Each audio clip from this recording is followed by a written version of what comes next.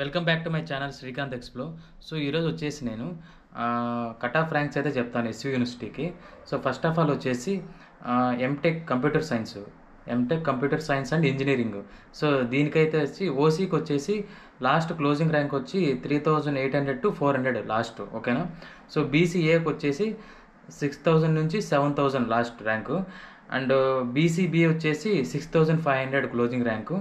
అలాగే ఎస్సీ వచ్చేసి లాస్ట్ 10,000 నుంచి 13,000 మధ్యలో వస్తే అది క్లోజింగ్ ర్యాంకు.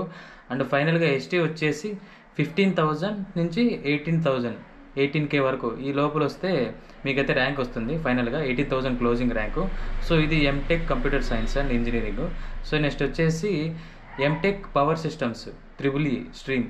త్రిబుల్ వచ్చేసి మీకు ఓసీ వచ్చేసి closing rank 4,500 last. So BC వచ్చేసి 7,000 నుంచి 8,000. సో 8,000 లోపలైతే మీకు ర్యాంక్ రావాలి. సో ఎస్సీ వచ్చేసి 14K లోపలైతే మీకు ర్యాంక్ అయితే రావాలి. సో ఎస్టీ వచ్చేసి 17K.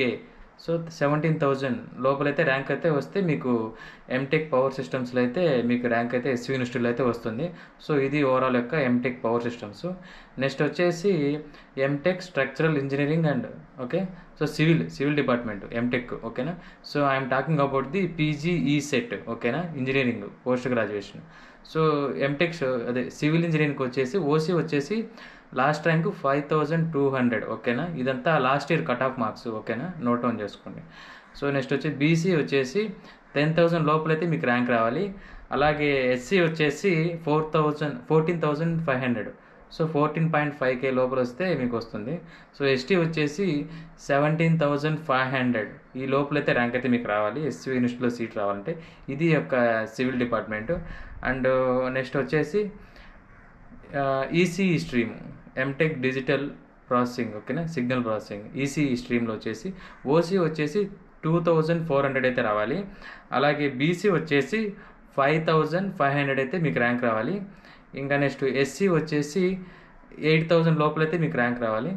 ఎస్టీ వచ్చేసి 10,000 లోపలైతే మీకు ర్యాంక్ రావాలి. ఇది లాస్ట్ ఇయర్ కట్ ఆఫ్.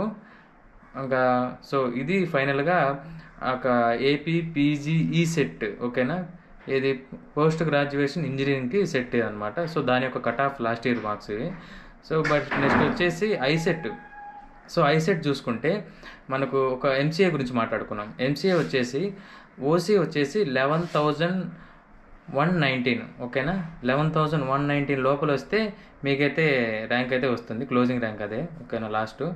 ఆ లోపలైతే మీకు ర్యాంక్ వస్తే మీకు ఎంసీఏ సీట్ వస్తుంది. సో బీసీఏ వచ్చేసి 5,144 ఈ లోపలైతే మీకు ర్యాంక్ రావాలి. బీసీబీ వచ్చేసి 5,899 ఈ లోపలైతే మీకు ర్యాంక్ రావాలి. అలాగే మీకు బీసీడీ వచ్చేసి 9,518 ఈ లోపలైతే ర్యాంక్ రావాలి. Next BCE 7,367. సో ఈ లోపలైతే మీకు ర్యాంక్ వస్తే మీకు ఇక్కడ ఎస్వి యూనివర్సిటీలో ఎంసీఏలో సీట్ అయితే వస్తుంది. సో లాస్ట్ ఫైనల్గా ఎస్టీ వచ్చేసి 22,045, ఓకేనా, ఈ లోపలైతే మీకు ర్యాంక్ రావాలి. ఇంక నెక్స్ట్ ఫైనల్గా ఎంబీఏ గురించి అయితే మాట్లాడుకున్నాం. ఎంబీఏ క్లోజింగ్ ర్యాంక్ వచ్చేసి ఓసీకి వచ్చి 29,435 అయితే ఓసీలో అయితే రావాలి. ఆ లోపలైతే మీకు ర్యాంక్ వచ్చే అవకాశం ఉంది.